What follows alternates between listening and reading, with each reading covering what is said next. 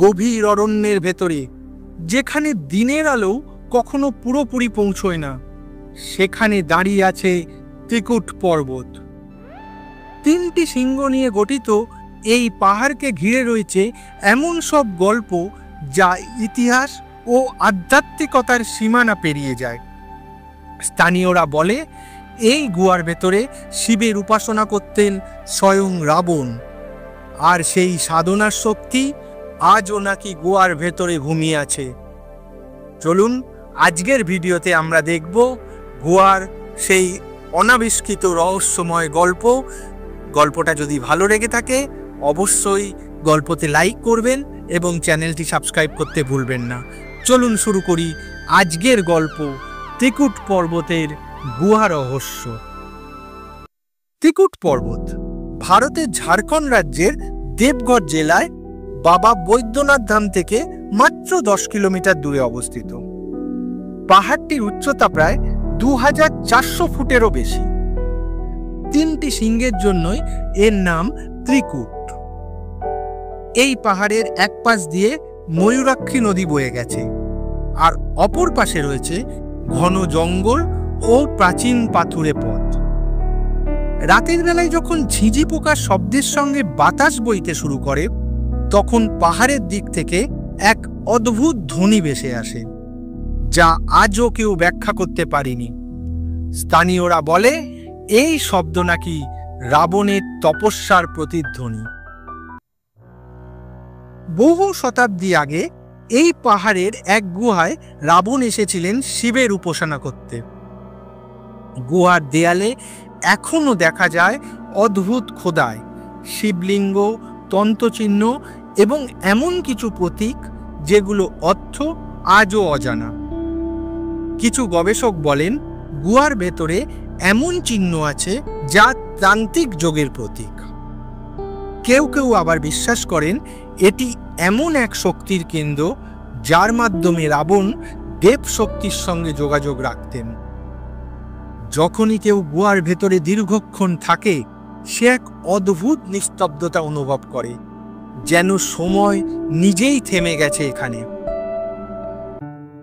চলুন এবার দেখে নেওয়া যাক গুহার রহস্য। গুহার ভেতরে একাধিক লুকানো চেম্বার রয়েছে। একটাতে ঢুকলে মনে হয় আরেকটির পথ নিজে থেকেই খুলে যায়। কিছু মানুষ দাবি করছেন রাতে গুহার ভেতর থেকে মৃদু আলো বের হয়, আবার কেউ কেউ হঠাৎ গরম বাতাস এবং তীব্র গন্ধ অনুভব করেছেন। স্থানীয়দের মতে গুহার গভীরে এমন এক শক্তি লুকিয়ে আছে যা মানুষকে সহজে ঢুকতে দেয় না। কেউ কেউ বলেন গুহার ভেতরে এক অদৃশ্য প্রহরী আছে যে এখনো সেই শক্তির পাহারা দেয়। কিছু সাহসী পর্যটক ও গবেষক গুহায় প্রবেশ করেছিলেন। তারা দেখেছেন পাথরের খোদাই, প্রাচীন প্রতীক, এমনকি এক জায়গায় শিবলিঙ্গের মতন গঠন রয়েছে। তবে অদ্ভুত ব্যাপার কি জানেন? যারা গুহার গভীরে ঢুকেছেন তারা সবাই একই অভিজ্ঞতা জানিয়েছেন, এক ভয়ানক নিস্তব্ধতা, যেন গুহা নিজেই শ্বাস নিচ্ছে। এমনকি এক গবেষক জানিয়েছিলেন গুহার ভিতরে তার কম্পাস কাজ করা বন্ধ করে দিয়েছিল। রাবণ, যিনি শুধু লঙ্কার রাজা ছিলেন না, তিনি ছিলেন একজন তান্ত্রিক ও জ্ঞানী যোগী। পুরাণে বলা আছে তিনি ত্রিকুট পর্বতের গুহায় এসে তপস্যা করেছিলেন যাতে তিনি মহাদেবের বর পান। এই গুহার চেম্বারগুলো, বাতাসের চলাচল, এমনকি পাথরের আকৃতি সবই আধ্যাত্মিক সাধনার উপযোগীভাবে তৈরি। অনেকে বলেন রাবণ এই জায়গার মাধ্যমে এমন এক শক্তির সঙ্গে যুক্ত হয়েছিলেন যা আজও এখানে জাগ্রত। রাতের নিস্তব্ধতায় যদি কেউ মন দিয়ে শুনতে পারে, তবে গুহার ভেতর থেকে নাকি ওং নমঃ শিবায় ধ্বনি ভেসে আসে। ত্রিকুট পর্বত আজও স্থানীয়দের কাছে পবিত্র। প্রতিদিন কেউ না কেউ এখানে প্রার্থনা করতে আসে। পাহাড়ের ওপরে এক প্রাচীন শিব মন্দির আছে, আর নিচের অরণ্যে সেই রহস্যময় গুহা এখনো নিঃশব্দে দাঁড়িয়ে আছে। সরকারি সংরক্ষণ চলছে, কিন্তু গুহার সম্পূর্ণ ভিতর এখনো অনাবিষ্কৃত।